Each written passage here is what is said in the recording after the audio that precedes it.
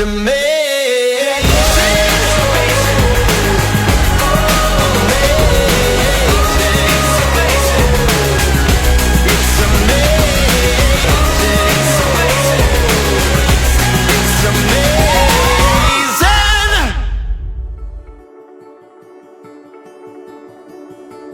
Mommy.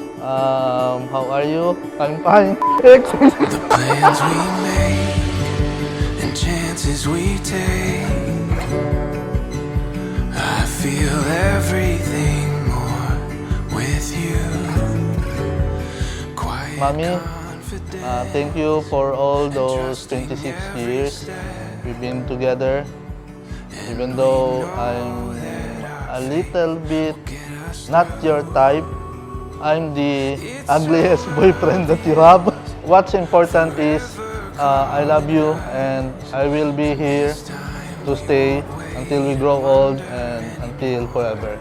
Dad, salamat nga nakaagwanta sa ako ang attitude. Tanan-tanan salamat. Basta ka na lang thank you. Thank you. I love you. I love you.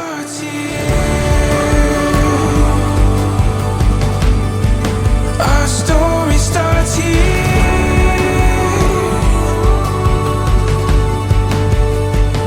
Our story starts here. We met in one of the mall here.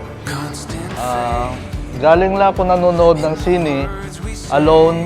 Wala ko kita siya nakakita sa ako Duulo siya kalit sa ako I saw her. Kita ko siya. For 2 days, we met again. Hadlo ko ba? Nagulat diya siya sa gawas. Gihulatan ko.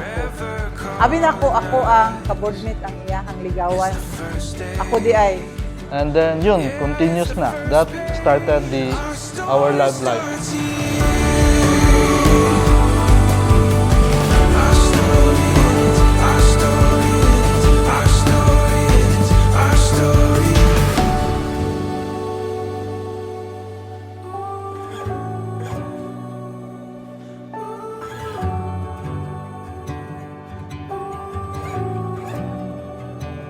It's so obvious, forever calling us. It's the first day, yeah, it's the first page. Our story starts here. Our story starts here. Our story starts here. Our story starts here.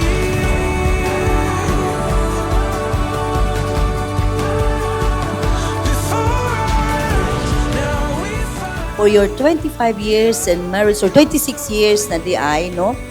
So I'm happy nga despite of all ups and down, naalang gihapon ang inyong banding, ang inyong panag-uban. Congratulations! Yampo nato nga samot kaligpon ang panag-uban ninyong duha, Giselle and Gio. Daghang salamat. 25, 26 years. I just hope that when we have our 25th or 26th wedding anniversary, I'll really look forward to it because I'll be 97.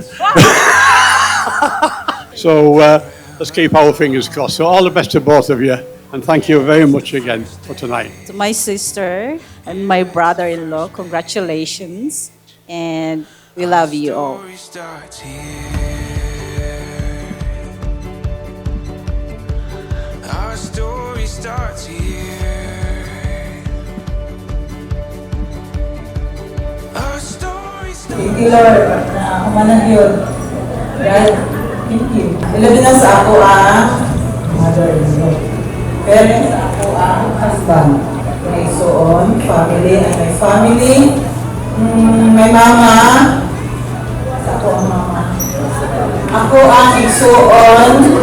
Nagikan pa sa Lainasod with my brother-in-law.